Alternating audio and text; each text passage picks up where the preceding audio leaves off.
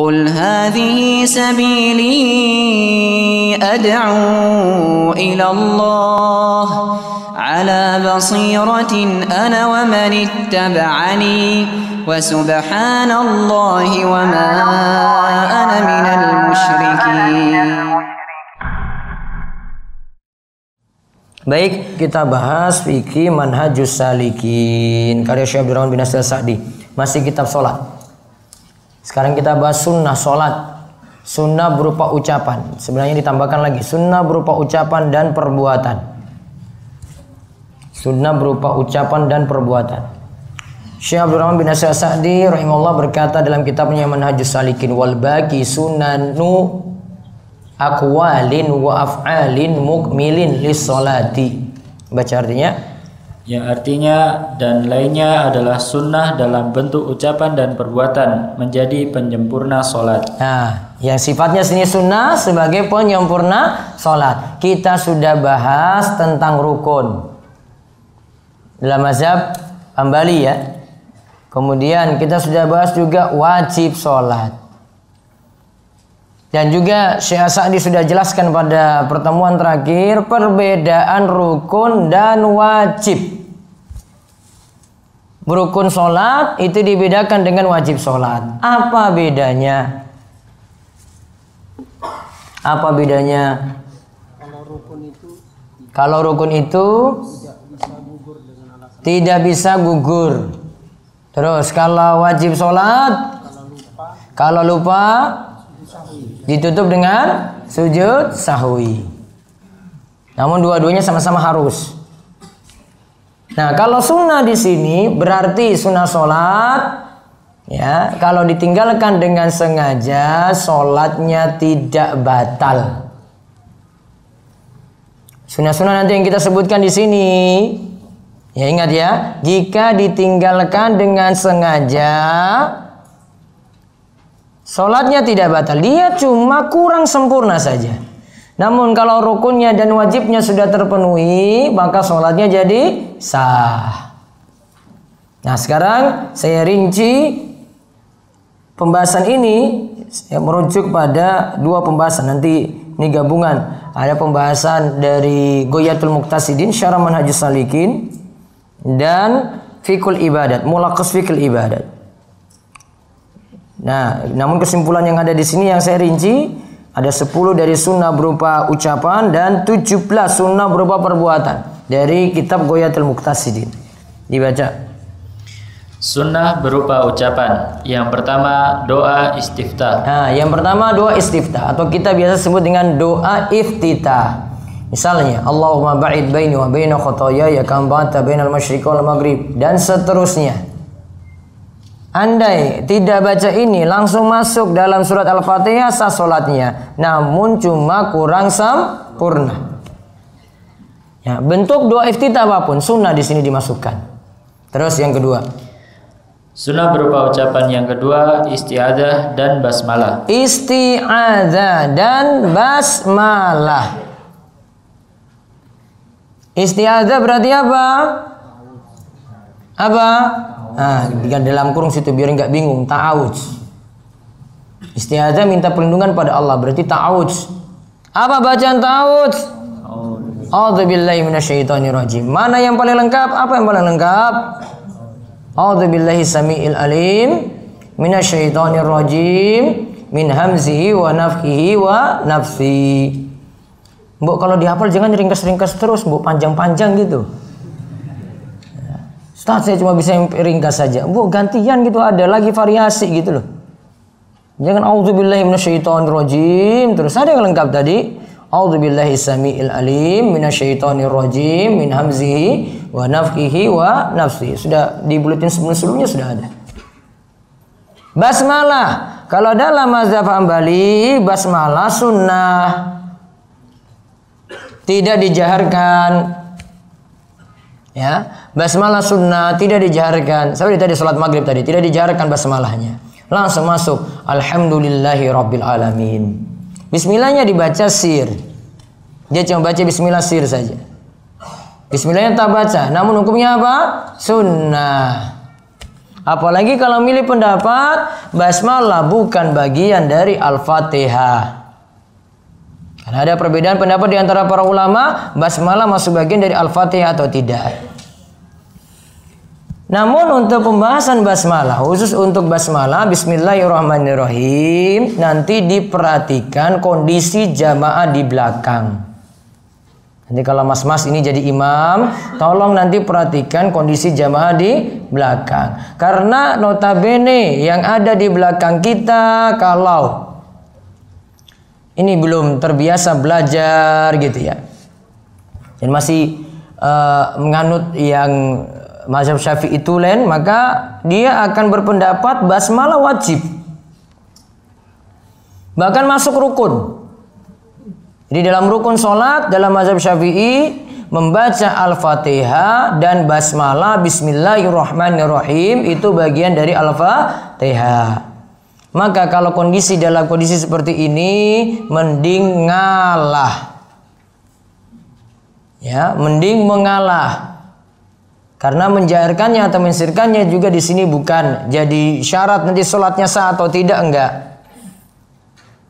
Jadi lihat kalau sesuaikan kondisi. Ada di mana nih? Wah, Ustaz, saya itu di belakang ini kalau nggak basmalah itu saya nggak boleh jadi imam lagi. Mungkin sudah dicap macam-macam. Ya sudah, jaharkan saja. Bismillahirrahmanirrahim. Ustaz, saya ahlul bid'ah apa bukan? Bukan. Nggak ada di situ ahlul bid'ah kayak begini. Cuma masalah khilafiyah jahar atau tidak aja kok. Lagi tadi saya sudah katakan, ini rukun ini kalau dalam mazhab Syafi'i. Baca Al-Fatihah dan Bismillahirrahmanirrahim itu bagian dari Al-Fatihah. Kalau mazhab Hambali tadi sunnah di sini. Terus lihat yang ketiga. Yang ketiga, membaca amin atau at-ta'min. Membaca at-ta'min yaitu mengucapkan amin setelah baca Al-Fatihah. Sampai pada ayat waladdallin serempak, imam dan makmum membaca amin. Sunnah hukumnya. Jahar enggak? Jahar. Ustadz yang ahwat juga jahar enggak? Jahar juga. Sama kondisinya. Karena ketika dia akhwat ini ucapkan amin, yang muslimah ketika sholat berjamaah ucapkan amin, itu kondisinya berbeda kalau dia itu sholat sendirian gitu. Kalau amin ketika dia sholat berjamaah kayak gini, tertutupi suaranya dengan suara yang banyak ya. Beda kalau dia sholat sendirian. Kalau dia sholat sendirian, nah mau jahar enggak? Ini perhatikan nih, ada laki-laki enggak di situ. Dan kalau ini kondisinya suaranya tertutup dengan suaranya laki-laki, maka tetap jahar. Jaharnya bareng dengan imam. Lalu yang keempat. Yang keempat, membaca surah selain Al-Fatihah atau sebagian surah pada tiap rokaat dari rokaat pertama dan kedua. Nah, rokaat ketiga keempat sudah pernah kita jelaskan masih boleh baca surat, namun cuma kadang-kadang. Karena pernah Rasulullah SAW baca surat itu ketika rokaat ketiga keempat itu sekitar membaca 15 ayat. Padahal Al-Fatihah cuma 7 ayat. Berarti ayatnya beliau baca surat lain atau baca ayat lain. Maka kadang-kadang masih boleh baca surat selain Al-Fatihah setelah baca Al-Fatihah pada rakaat ketiga dan keempat. Nah, di sini bisa baca surat selain Al-Fatihah ini, bisa baca satu surat utuh. Wal Asr utuh itu satu surat. Qul huwallahu ahad utuh satu surat. Boleh juga cuma sebagian surat saja, diambil bagian awalnya atau bagian tengahnya atau bagian akhirnya, atau dia pilih satu ayatnya terus turun rukuk. Boleh. Salatnya sah. Diambil sebagian, kemudian nanti lanjutkan sebagian yang lainnya pada rakaat berikutnya juga sah. Atau satu surat dia potong jadi 2 juga sah. Terus yang kelima. Sunnah berupa ucapan yang kelima yaitu takbir intikal atau berpindah rukun. Takbir ketika berpindah rukun. Dari berdiri turun rukuk. Allahu Akbar. Kemudian bangkit, sami Allahu liman hamidah, turun sujud lagi. Dari berdiri, i'tidal, turun sujud, Allahu Akbar. Dari sujud, bangkit ke duduk antara dua sujud, Allahu Akbar. Turun sujud lagi, Allahu Akbar. Bangkit ke rakaat kedua, Allahu Akbar. Nah, yang ucapan Allahu Akbar berpindah rukun ini namanya takbir intiqal. Di sini dimasukkan dalam sunnah. Lalu, yang keenam. Yang keenam, membaca zikir ketika rukuk dan sujud. Membaca zikir ketika rukuk dan sujud. Nah, di sini penulis Ghayatul Muqtasid ini masukkan bacaan ini dalam sunnah sholat. Padahal Sa'di nanti dia masukkan dalam bacaan, ini masuk dalam wajib sholat. Namun di sini dimasukkan dalam sunnah sholat. Terus 7. Yang ketujuh, membaca at-tasmi atau sami'allahu liman hamidah dan at-tahmid Rabbana walakal hamdu. Saya balik dulu tadi membaca zikir ketika rukuk dan sujud. Bisa jadi zikirnya sama. Subhanakallahumma rabbana wa bihamdika Allahumma gfirli. Dibaca ketika rukuk dan dibaca ketika sujud. Bisa jadi berbeda. Saat rukuk baca subhana rabbiyal azim. Bisa tambah juga wa bihamdi. Saat sujud dia baca subhana rabbiyal a'la. Bisa tambah juga wa bihamdi. Bisa bacaannya sama antara rukuk dan sujud tadi seperti subhanakallahumma rabbana wa bihamdika Allahumma gfirli.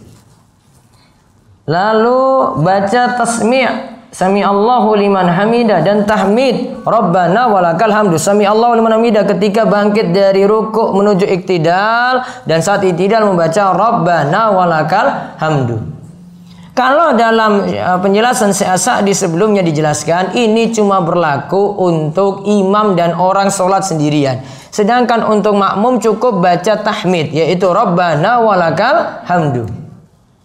Namun pendapat yang tepat, dan ini jadi pendapat dalam mazhab Syafi'i, tasmi' dan tahmid, baca sami Allahu liman hamidah dan Rabbana walakal hamd berlaku bagi imam, makmum dan orang yang sholat sendirian. Dua ini tetap dibaca. Makmum juga baca sami Allahu liman hamidah Rabbana walakal hamdu. Terus yang ke-8. Yang ke-8, doa di antara dua sujud dan doa ketika tasyahud seperti berlindung dari 4 hal. Nah, kemarin ada banyak bacaan doa di antara dua sujud. Rabbighfirli warhamni wajburni warfa'ni warzuqni wahdini wa'afini dan seterusnya. Bisa juga yang paling ringkas Rabbighfirli 2 kali. Ini sunnah. Bisa juga bacaan yang sunnah lagi doa ketika tasyahud. Ketika mau setelah tasyahud, sebelum salam kita baca Allahumma inni a'udzubika min adzabi jahannam wa min adzabil qabri wa min fitnatil mahya wal mamat wa min syarri fitnatil masihid dajjal. Terus yang ke-9. Yang ke-9, membaca sholawat ketika tasyahud awal dan akhir. Dalam mazhab Syafi'i, dalam tasyahud awal juga disunahkan membaca sholawat. Nah, dalam mazhab Syafi'i, dalam tasyahud awal juga disunahkan membaca sholawat. Kalau di sini dimaksudkan membaca sholawat ketika tasyahud awal maupun akhir. Lalu yang ke-10, salam kedua. Yang ke-10, salam kedua. Salam pertama apa kemarin? Rukun apa sunnah? Rukun sholat. Maka berikan keterangan situ. Salam pertama rukun. Kenapa salam pertama yang rukun? Karena Rasul SAW pernah salam 1 kali saja, langsung sholat selesai. Dan banyak riwayat juga dari sahabat salamnya 1 kali saja. Assalamualaikum warahmatullahi sudah, atau assalamualaikum selesai. Cuma 1 kali saja, menunjukkan ini yang rukun. Ya, menunjukkan ini yang masuk rukun. Sehingga kalau ada kasus setelah salam pertama itu dilakukan, kemudian mau salam kedua terus kentut, sah atau tidak? Sah. Selamat dia. Dia selamat. Namun kalau salam pertama mau salam kentut, sudah salah semua kamu dari awal sampai akhir, sudah batal itu. Kalau misalnya dia tahan-tahan tadi itu, pas salam pertama keluar, wah sudah risikomu itu dari awal sampai akhir itu kamu ulang. Namun kalau selamat ketika salam pertama tadi, setelah itu mau salam kedua, wah keluar, ya sudah selamat kamu. Karena yang rukun salam pertama. Salam kedua hukumnya apa? Sunnah. Terus sekarang sunnah berupa perbuatan. Sunnah berupa perbuatan. Nah, ada 17 di sini. 1. Yang pertama, mengangkat kedua tangan ketika takbiratul ihram, ruku, bangkit dari ruku, dan bangkit dari tasyahud awal. Lihat, ada 4 keadaan ya. Angkat tangannya. Allahu Akbar, takbiratul ihram. Yang kedua, Allahu Akbar, angkat tangan lagi, mau turun ruku. Yang ketiga, Allahu Akbar lagi, bangkit dari ruku. Yang keempat, duduk tasyahud awal, mau bangkit ke rakaat ketiga. Allahu Akbar sambil angkat tangan. Baru dia sedekap. 4. Kaidah ringkasnya untuk 4 ini adalah, kaidah ringkasnya untuk 4 keadaan ini adalah kapan kita mengangkat tangan dalam sholat. Kata Imam Ibnu Qudamah dalam kitabnya Al-Kafi, beliau katakan 4 keadaan ini diringkas dengan kita katakan setiap yang keadaan bukan turun sujud, bukan bangkit dari sujud, maka dianjurkan angkat tangan. Apa kaidahnya? Bukan turun sujud, bukan bangkit dari sujud, maka kaidahnya apa? Angkat tangan. Berarti saya dari i'tidal mau turun sujud, angkat tangan enggak? Tidak. Saya sujud pertama, bangkit ke duduk antara 2 sujud, angkat tangan atau tidak? Tidak. Dari sujud kedua atau dari duduk antara 2 sujud, turun lagi ke sujud kedua, angkat tangan enggak? Enggak, mau turun sujud. Begitu juga dari sujud kedua bangkit ke rakaat kedua, angkat tangan enggak? Tidak. Namun dari tasyahud awal ke rakaat ketiga, angkat tangan enggak? Angkat tangan. Kenapa? Bukan turun sujud, bukan bangkit dari sujud, dia bangkit dari tasyahud awal. Maka bisa diterapkan oleh makmum masbuk. Kalau makmum masbuk dia ikuti imam lagi tahiyat awal, dia belum tahiyat awal nih ya. Dia belum tahiyat awal. Namun apa? Keadaan dia adalah bangkit sama juga dari tahiyat awal karena ngikuti imam. Dibagi dia tahiyat juga kan? Dia bangkit ke berdiri. Angkat tangan enggak berarti? Angkat tangan. Karena bukan turun sujud, bukan bangkit dari sujud, namun dia bangkit dari tahiyat karena ikuti imam. Itu kaidah itu. Ya. Itu kaidah dalam memahami kapan angkat tangan. Kata Imam Ibnu Qudamah tadi. Terus yang kedua, yang sunnah berperbuatan lagi. Yang kedua, meletakkan tangan di dada. Meletakkan tangan di dada. Kemarin bahkan kalau Syekh Sa'di 3 posisi. Ya, posisinya bebas. Boleh di dada, boleh di perut, boleh di pusar atau sedikit di bawah pusar. Boleh. Yang jelas ketika meletakkan tangan di dada atau tadi di perut atau di pusar, bagian tangan telapak tangan kanan berada di depan dari telapak tangan kiri. Bisa ditempelkan pada telapak tangan, bisa pergelangan, bisa di lengan. 3 ya. Di telapak tangan, punggung, bisa diletakkan di pergelangan, bisa diletakkan di lengan, dan bisa nanti digenggam. 4 keadaan berarti. Terus yang keempat, yang ketiga. Yang ketiga, membuka kedua telapak kaki sedikit. Jadi jangan kakinya, telapak kakinya dirapatkan kayak mau baris berbaris. Ya, dia jadi pasukan gitu. Siap, gerak. Wah, dirapatkan itu kakinya. Enggak. Buka sedikit. Ini bukan lagi mau latihan PBB, ini bukan pasukan baris-baris, bukan. Mau sholat. Biar apa? Kondisinya nanti kalau kakinya agak dibuka, nanti bisa dekat antara kakinya dengan kaki temannya kanan kiri. Kalau sholat berjamaah. Jadi jangan posisinya kayak pasukan baris berbaris, bukan. Ya, dibuka. Dibuka sedikit. Terus yang keempat. Yang keempat, membaca bacaan dengan jahar pada sholat yang diperintahkan untuk jahar. Membaca bacaan dengan lirih pada sholat yang diperintahkan untuk lirih. Nah, pada sholat maghrib, isya, rakaat pertama, kedua jahar, rakaat ketiga, rakaat keempatnya lirih. Kemudian sholat zuhur, asar, lirih. Nah, karena diperintahkan kayak gitu maka bacaannya seperti itu juga. Namun kalau seandainya sholat zuhur asar dia itu jaharkan, sholatnya tetap sah. Namun dia tidak sempurna karena menjaharkan. Terus yang kelima. Yang kelima, membaca Al-Quran dengan tartil dan berhenti pada setiap ayat. Nah, jadi baiknya tidak satu nafas. Ya, bukan baca kulhu langsung sudah sampai rakaat sampai ayat terakhir, jangan. Baca pelan-pelan, satu ayat berhenti. Qul huwallahu ahad, stop. Allahus somad, stop gitu. Tartil itu namanya. Sunnah hukumnya. Terus yang keenam. Yang keenam, membaca surah pilihan dari mufassal atau ada surah yang panjang dan pendek pada sholat tertentu. Kemarin dibagi mufassal ada 3 macam. Tiwalul mufassal, awsatul mufassal, dan qisarul mufassal. Ada mufassal yang panjang, ada mufassal yang pertengahan, ada mufassal yang pendek. Mufassal itu artinya ayatnya itu dipotong singkat-singkat. Itu mulai dari surat apa? Mufassal dari surat apa? Mas. Dari surat apa? Tawaduk semua ini, Masya Allah. Surat apa? Mufassal.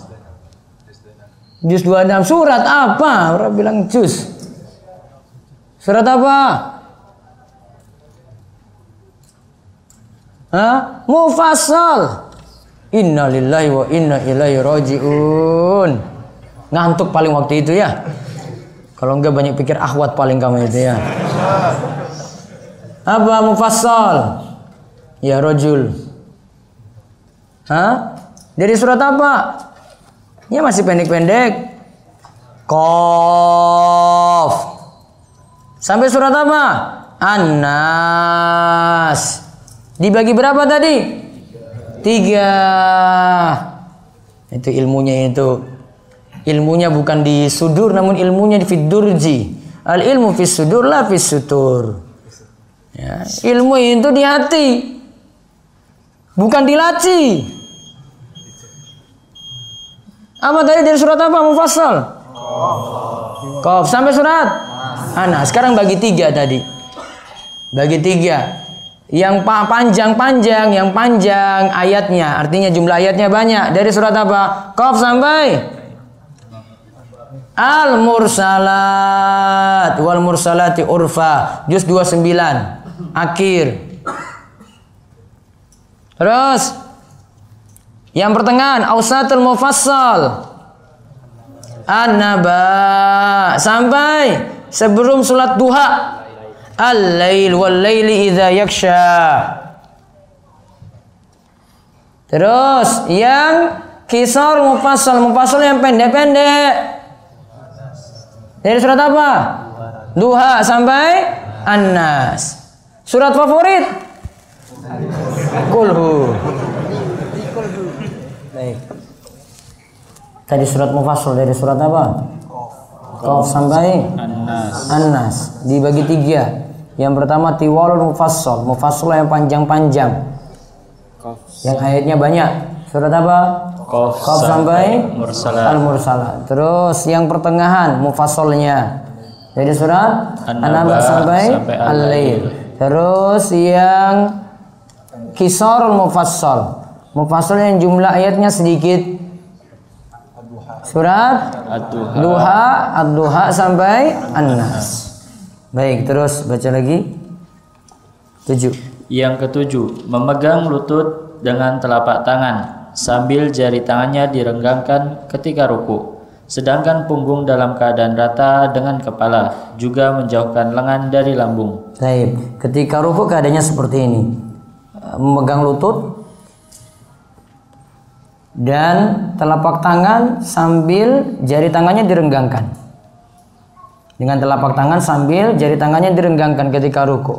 Dan kemarin saya jelaskan sekadar membungkuk, walaupun bungkuknya tidak lurus sudah sah. Namun kalau kita bahas sunnahnya, punggung dengan kepala rata. Terus menjauhkan lengan dari lambung. Jadi lengannya tidak nempel nanti ke perut.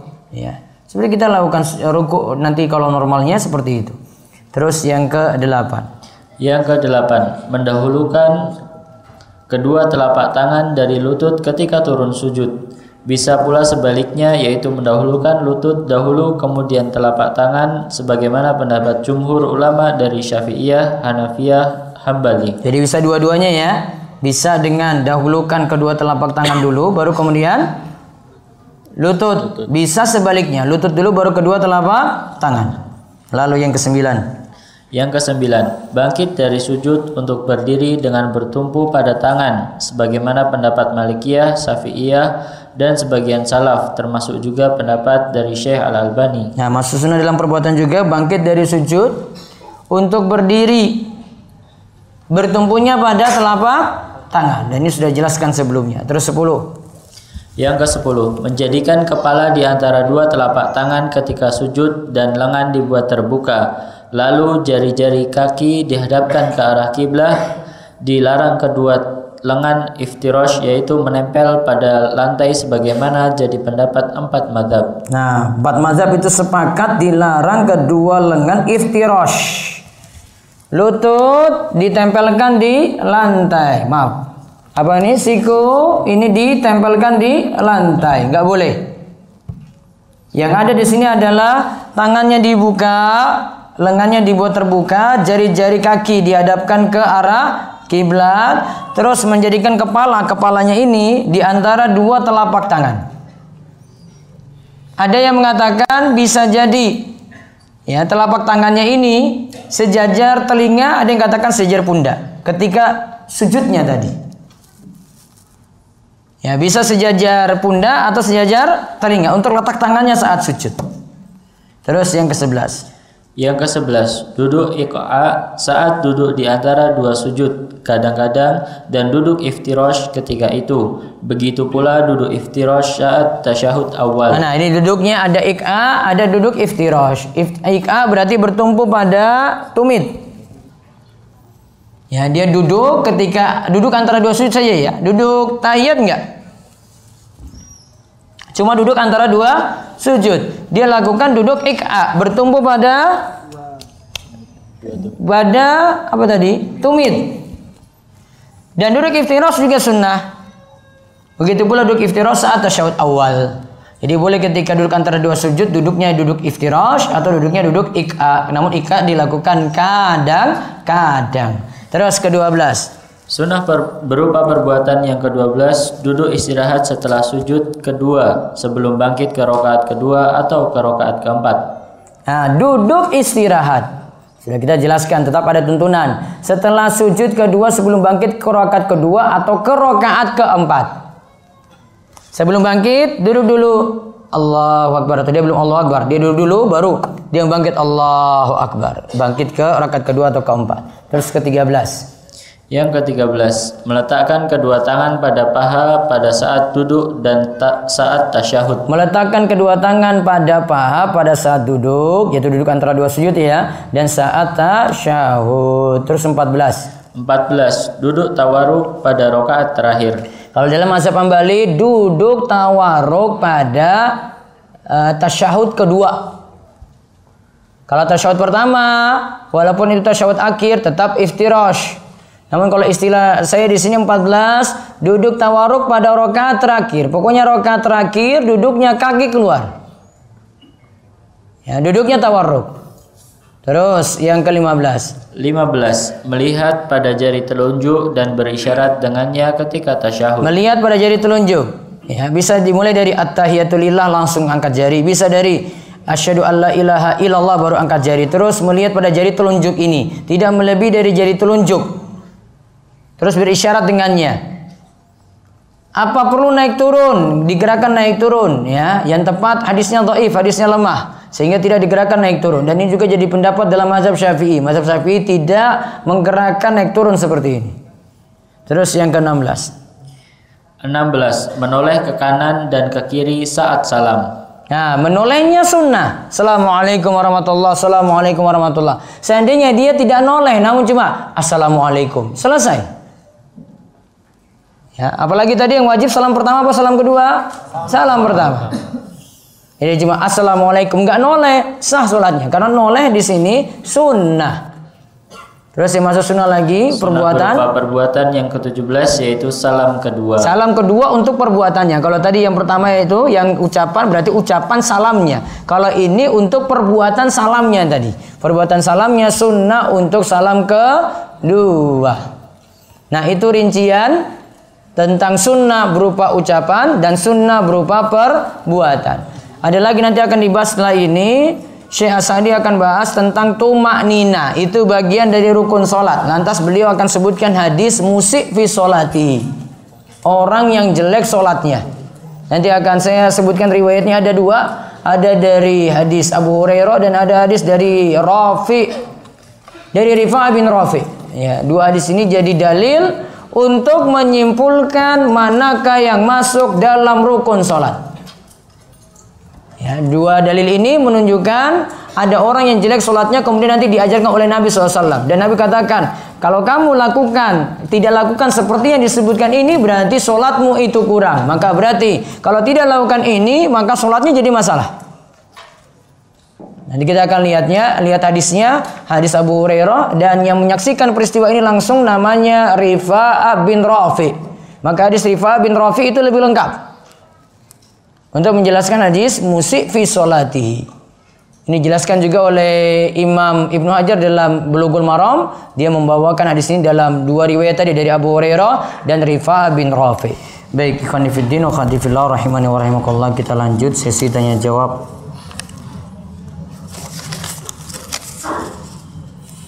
Ustaz, apakah bersilaturahim itu sebuah kewajiban? Anak agak malas bersilaturahim dengan beberapa keluarga paman, bibi dikarenakan mereka sering berdakwah mengenai khalifah dan ada beberapa ajaran amal-amalan yang tidak sesuai dengan sunnah. Diperintahkan bagi seorang muslim itu menjalin hubungan silaturahim. Bahkan ada ancaman orang yang memutus silaturahim apalagi dengan anggota keluarganya. Paman, bibi masih keluarga dekat, apalagi dengan orang tua sendiri, lebih lagi punya kewajiban untuk menjalin hubungan silaturahim. Jadi kalau ditanya silaturahim itu wajib gak? Wajib, apalagi dengan keluarga yang punya hubungan kerabat lebih dekat dibandingkan dengan jauh. Yang paling dekat itu paling wajib. Apakah boleh berdoa dengan bahasa Indonesia di luar saat sholat, misal selepas zikir di waktu senggang atau ketika hujan turun? Boleh. Doa asalnya boleh dengan bahasa apapun. Sahkah sholat yang celananya melewati mata kaki? Sah. Namun baiknya celana di atas mata kaki karena punya 3 manfaat. Yang pertama lebih bersih, yang kedua lebih bertakwa, yang ketiga lebih awet. Ada yang baca amin panjang, amin gitu. Dan ada juga yang pendek. Apakah benar semua? Amat. Di situ ada mat, di situ min, amin. Yang nggak boleh, amin, nggak boleh. Atau amin, nggak boleh. Di kampung saya setelah sholat jamaah selalu zikir bareng-bareng. Suatu ketika saya diminta jadi imam. Selesai sholat saya diam, tidak zikir bareng-bareng. Hal ini menjadi pergunjingan oleh jamaah. Di hari lain saya diminta jadi imam lagi. Saya ragu-ragu dan tidak mau karena takut menjadi fitnah. Mohon nasihatnya. Gak usah jadi imam kalau keadaan kayak gini. Kecuali kamu sudah ngomong dulu, nanti yang lainnya saja yang ngurus masalah zikir, saya nggak bisa, saya nggak paham zikirnya gitu. Bilang aja kayak gitu. Bagaimanakah dengan cara berdoa setelah sholat yang mengangkat tangan ke atas? Apakah hal tersebut benar untuk dilakukan? Hal ini ada beda pendapat di antara para ulama. Mengangkat tangan ba'da sholat ketika kita itu berdoa. Jumhur ulama masih membolehkan untuk mengangkat tangan ketika berdoa setelah sholat. Karena keumuman dalil yang menyatakan masih boleh berdoa setelah kita itu salam. Seperti misalnya Nabi SAW itu ditanya, ayat du'ai asma, doa apa yang paling didengar? Beliau jawab, doa seseorang pada dubur sholat. Dubur sholat diantara maknanya, walaupun ada 2 di sini pengertiannya, namun dimaksudkan dalam hadis ini juga bisa maknanya setelah salam kita berdoa. Dan ini juga pengamalan dari firman Allah, fa iza faragta fansab wa ila rabbika farghab. Jika engkau telah selesai dari suatu urusan, maka beralihlah pada urusan yang lain, dan kepada Rabbmu lah engkau itu berharap. Di antara tafsiran ayat ini adalah setelah sholat boleh berdoa. Maka kalau milih pendapat ini berarti masih boleh mengangkat tangan ketika berdoa setelah salam, dan itu tidak termasuk bid'ah. Itu pendapat yang lebih kuat dalam masalah ini. Pendapat jumhur lebih kuat. Saya memiliki keinginan untuk rutin ngaji, namun terkendala izin ibu. Apa yang sebaiknya saya lakukan dan bagaimana adab saya pada ibu terkait masalah ini? Buat baik terus sama ibu, jelaskan bagaimana pentingnya belajar agama, kemudian dekati dia dengan memberikan sesuatu sebagai hadiah biar hatinya itu menjadi lembut. Baru-baru ini banyak model baru yang di bagian ini tentang anak seorang tukang cukur. Nah, baru-baru ini banyak model baru yang di bagian bawah tipis bahkan habis dan menyisakan bagian atasnya. Meskipun terlihat rapi, apapun model potong rambut seperti di atas. Sebelumnya kita tolak untuk yang model seperti ini karena anak komitmen untuk membuat tempat cukur yang menuju syar'i, tidak melayani potong jenggot dan hanya melayani cukur rambut rapi atau rata. Kalau yang dimaksudkan tipis di sini sampai habis, ya tipis sampai habis, terus dia sisakan yang lainnya. Pengertian qaza yang Nabi SAW larang adalah menggundul sebagian, meninggalkan sebagian. Menggundul sebagian, tinggalkan sebagian. Nih, ini dia sini nih potong nih habis. Gundul ini juga habis. Tinggal bagian ini saja yang ada rambut nih. Ya, tinggal bagian ini ada rambut. Qaza namanya. Atau ada model rambut, ya. Rambutnya nggak ada belah tengah, terus alat cukur ada di sini, dia tarik sini untuk belah. Ada juga tambah di sini lagi itu. Nah. Itu anak-anak milenial itu kurang kerjaan. Ada lagi mohawk, lagi rambutnya ada seperti itu. Kalau modelnya qaza seperti ini enggak boleh. Tukang cukur tidak boleh melayani potong rambut seperti itu. Jadi bertakwa pada Allah, minta tolong pada Allah, mudah-mudahan ditunjuki supaya tetap bisa menjalani sesuai syariat. Ustadz, hati ini terasa apa nih? Sangat keras karena penuh dosa. Apa yang harus saya lakukan, Ustadz? Taubat, memiliki teman-teman yang hatinya lembut dalam majelis ilmu, kemudian berusaha perbaiki diri hari demi hari. Apakah manfaat thalabul ilmi selain mendapat pahala ilmu yang bermanfaat, ketenangan hati, tapi hati ini belum tenang-tenang, ketika ada masalah masih suka heboh? Menuntut ilmunya berarti belum serius ini. Coba diseriusi lagi. Insya Allah kalau ilmu yang dipelajari benar, lebih serius lagi dalam belajar, hati akan selalu makin tenang. Ala bizikrillahi tatmainnul qulub. Dalilnya itu, ingatlah dengan mengingat Allah hati akan menjadi tenang. Apakah boleh makmum duduk ik'a tapi imam duduk iftirash? Boleh. Dalam masalah ini ada perbedaan, tidak masalah. Yang dimaksudkan mengikuti imam adalah yaitu ketika mengikuti gerakan-gerakan imam yang kita tahu, yaitu dia mau turun rukuk, kita ikut rukuk tuh.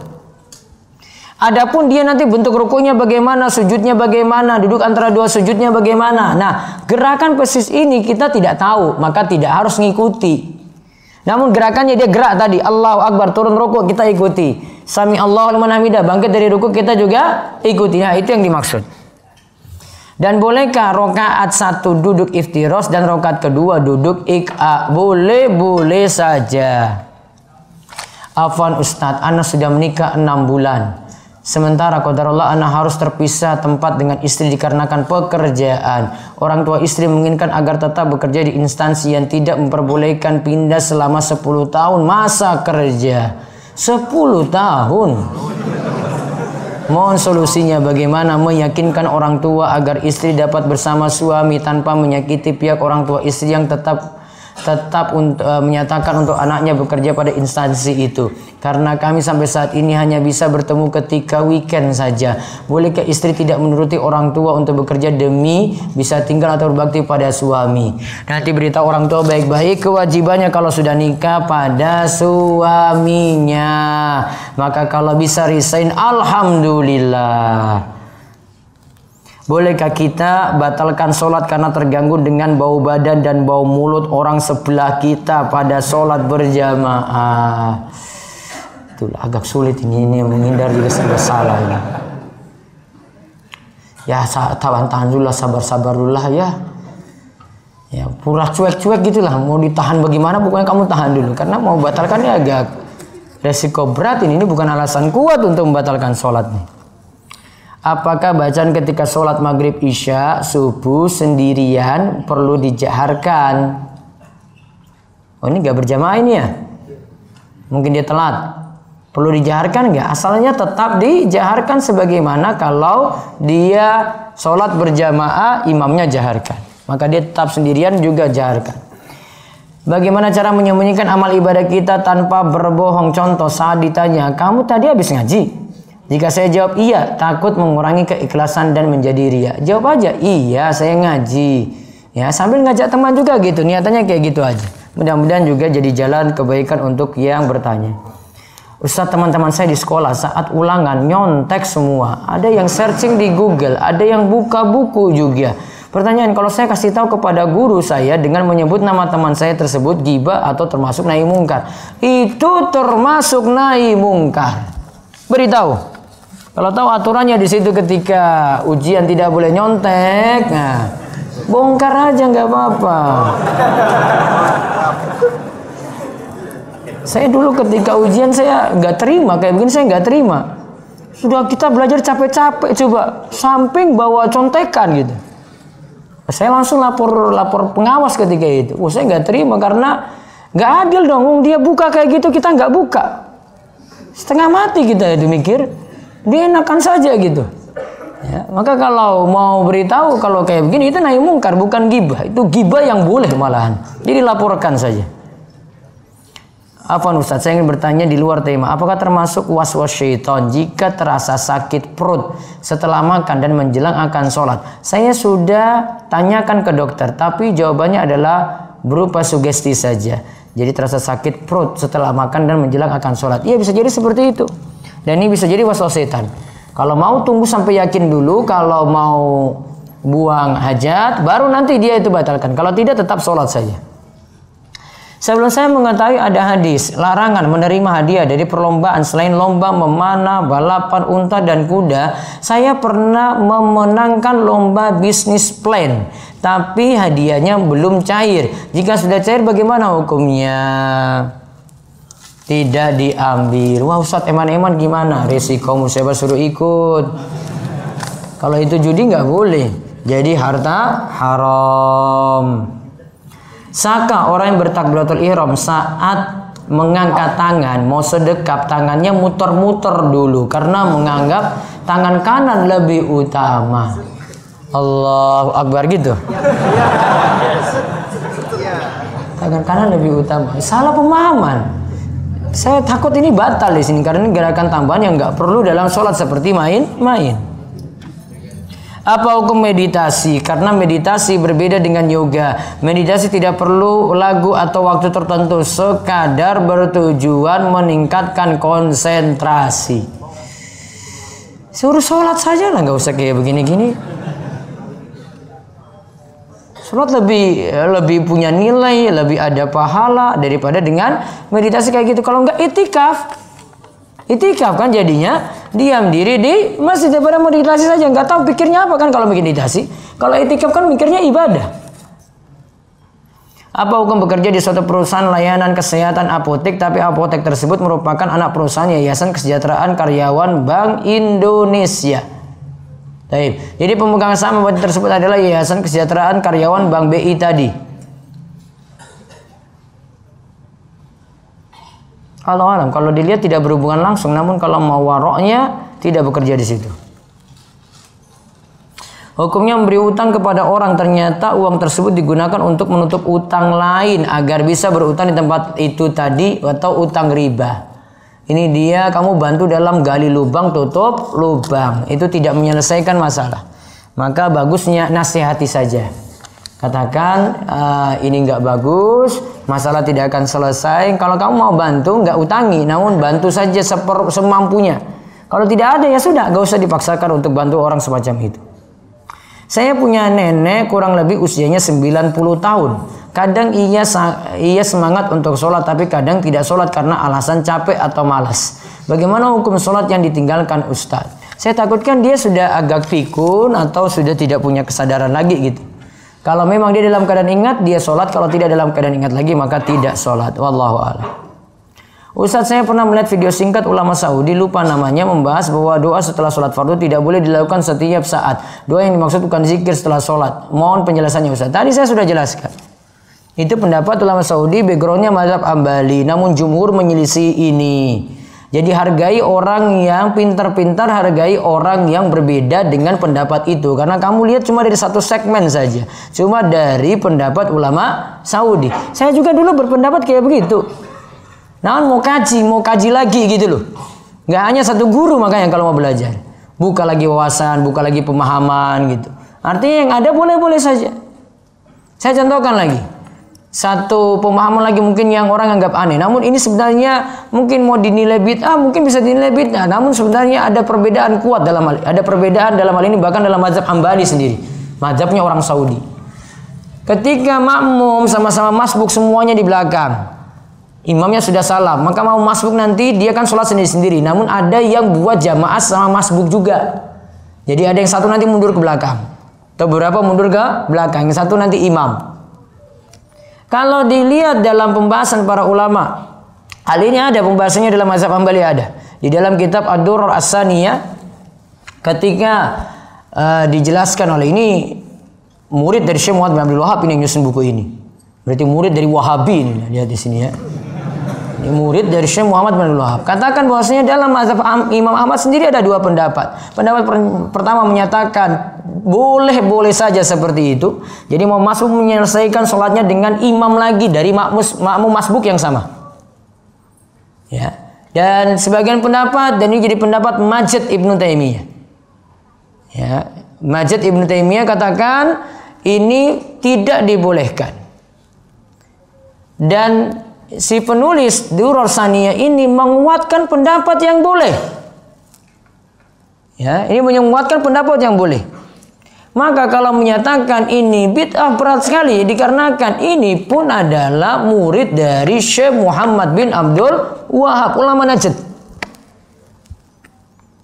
Ya, makanya tadi kalau orang tahu beda pendapat kayak gini, jadi sudah, berarti ada yang milih pendapat kayak gitu ya. Namun saya nggak setuju.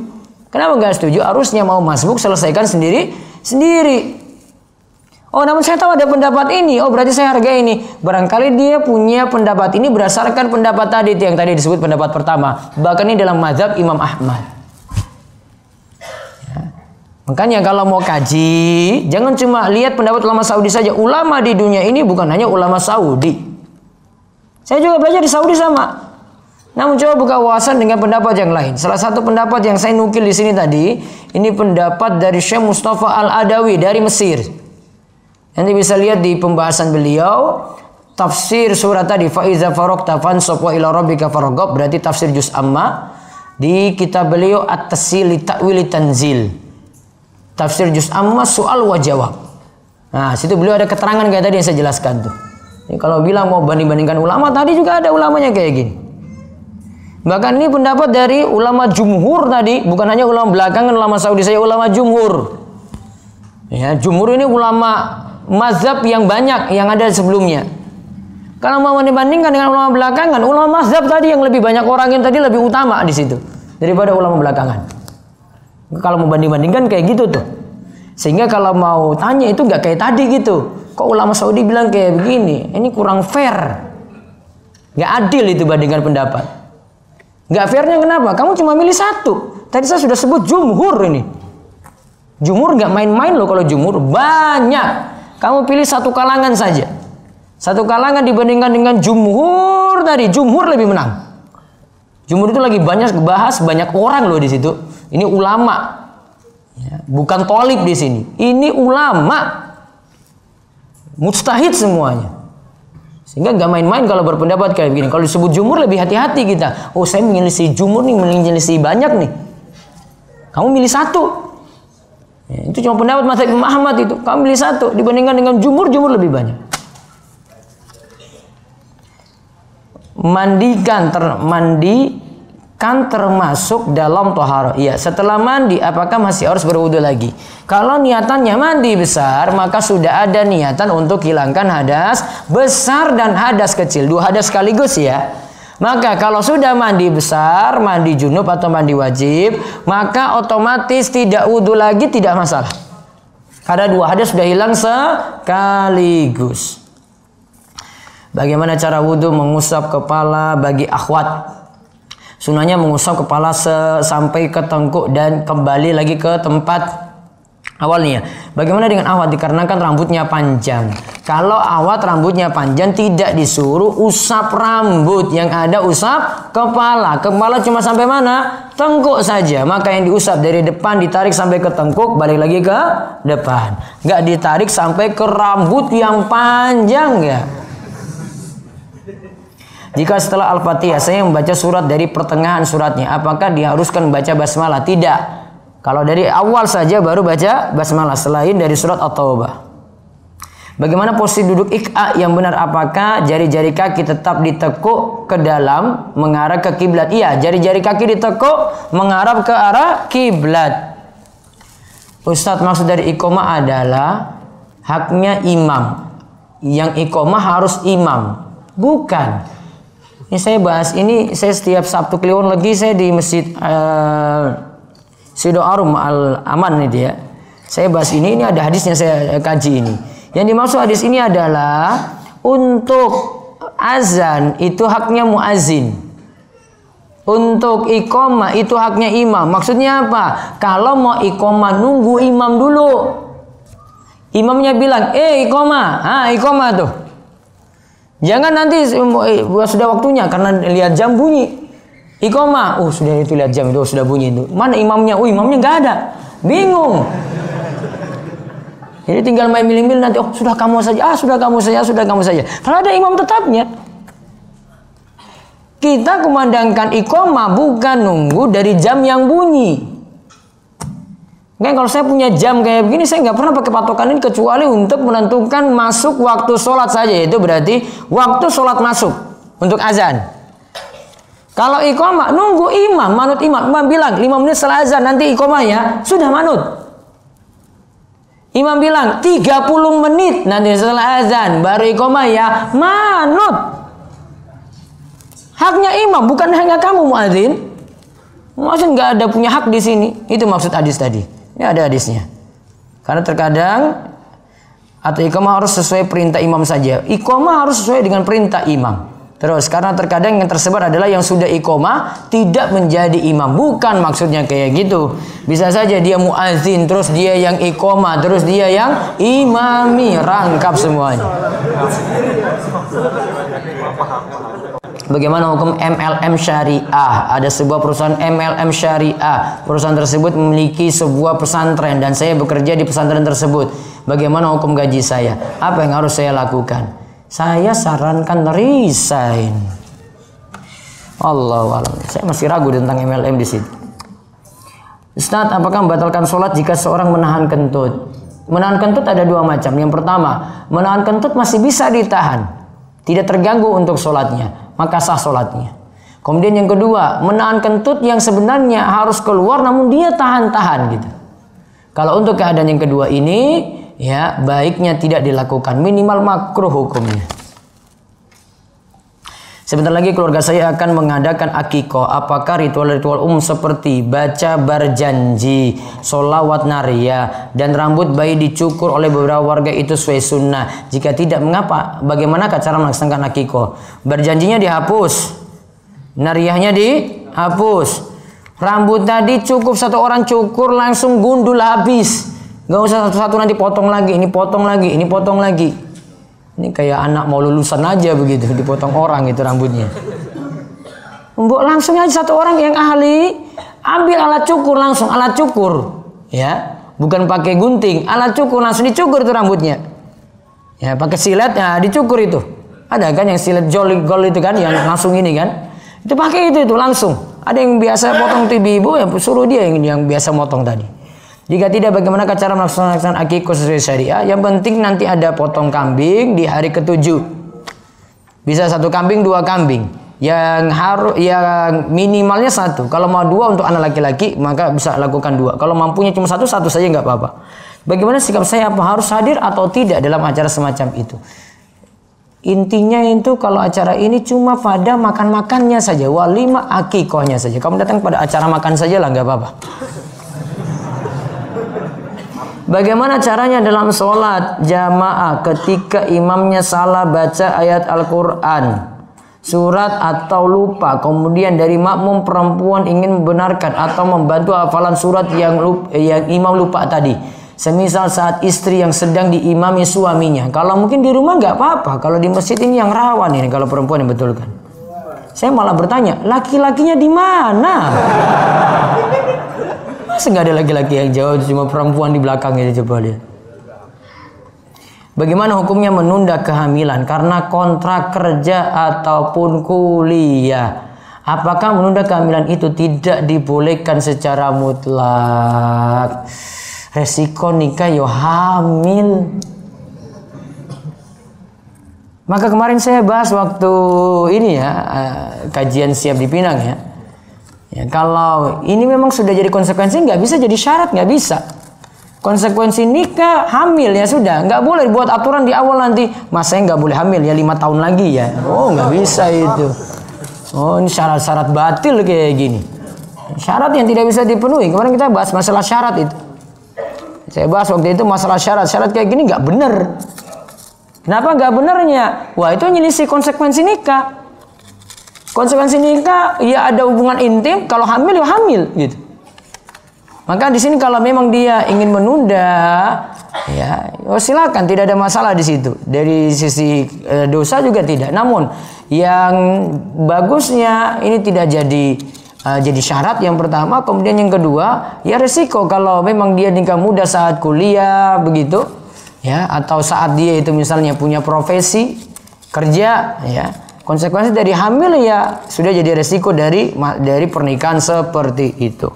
Dan insya Allah nanti pada pekan depan sebelum maghrib nanti ada kajian siap naik pelaminan nanti jam 4 sampai menjelang maghrib. Insya Allah nanti maghrib kajiannya seperti biasa untuk Riyadhus Shalihin dan Manhajus Salikin. Jadi jam 4 untuk pekan depan nanti ada kajian siap naik pelaminan.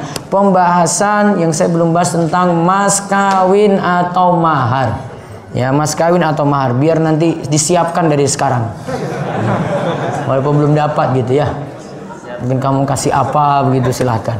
Baik itu saja kita cukupkan, mudah-mudahan manfaat dan Allah memberikan kepada kita kebaikan yang banyak dan diberikan keistiqomahan dalam ilmu dan amal. Kita tutup dengan doa kafaratul majlis. Subhanakallahumma bihamdika asyhadu an la ilaha illa anta astaghfiruka wa atubu ilaik. Assalamualaikum warahmatullahi wabarakatuh.